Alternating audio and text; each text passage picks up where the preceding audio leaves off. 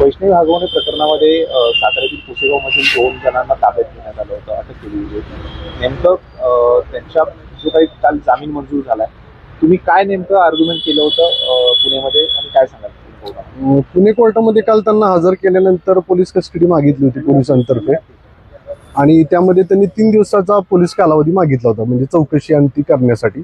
परंतु मग आम्ही त्याला विरोध केला होता की बाबा पोलीस कस्टडीची काही गरज नाही, कारण का जे काही ॲलिगेशन्स केलेले होते in respect of harbouring of क्रिमिनलसाठी होते, म्हणजे त्यांनी आश्रय दिला असे प्राइम ऑफिस ॲलिगेशन्स केले होते.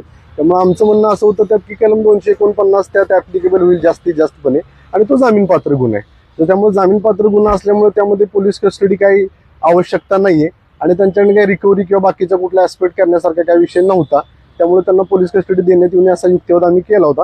आणि जे काय बाकीचे मेन ॲलिगेशन्स होते ते काय त्या आरोपींविरुद्ध नव्हते, ते काय बाकीच्या आरोपींविरुद्ध होते. त्यामुळे आमचा युक्तिवाद असाच होता की बाबा बेलेबल सेक्शन्स आहेत, त्यामुळे त्यांना न्यायालयीन कोठडीत घेण्यात यावं असा आमचा युक्तिवाद होता.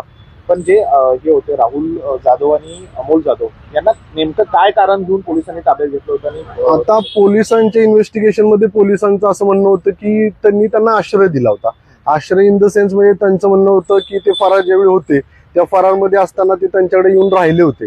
त्यामुळे त्यांच्या म्हणण्यानुसार कायद्याला अभिप्रेत असं आहे की जर एखादा गुन्हेगार असेल, तो फरारी असेल, तर त्याला आश्रय देऊ नये, त्याला सांभाळू नये, पोलिसांना कळवावं, अशा प्रकारचा आरोप त्यांच्यावर ठेवण्यात आला होता की त्यांनी पोलिसांना कळवलं नाही, त्यांना आश्रय दिला, म्हणून त्यांनी त्यांना आरोपी केलेले. त्यात असं काही दिसून येतंय का या प्रकरणात? प्राइम ऑफिस तसं मला म्हणता येणार नाही की दिसून येतं म्हणून, कारण का विषय असा होतो की प्रत्येक माणसालाच काहीतरी माहीत असते की बाबा ह्याच्यावर गुन्हा आहे, गुन्हा नाही.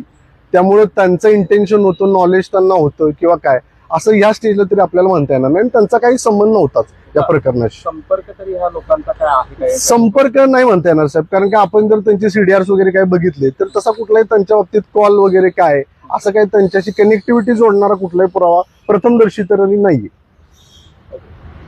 थँक्यू.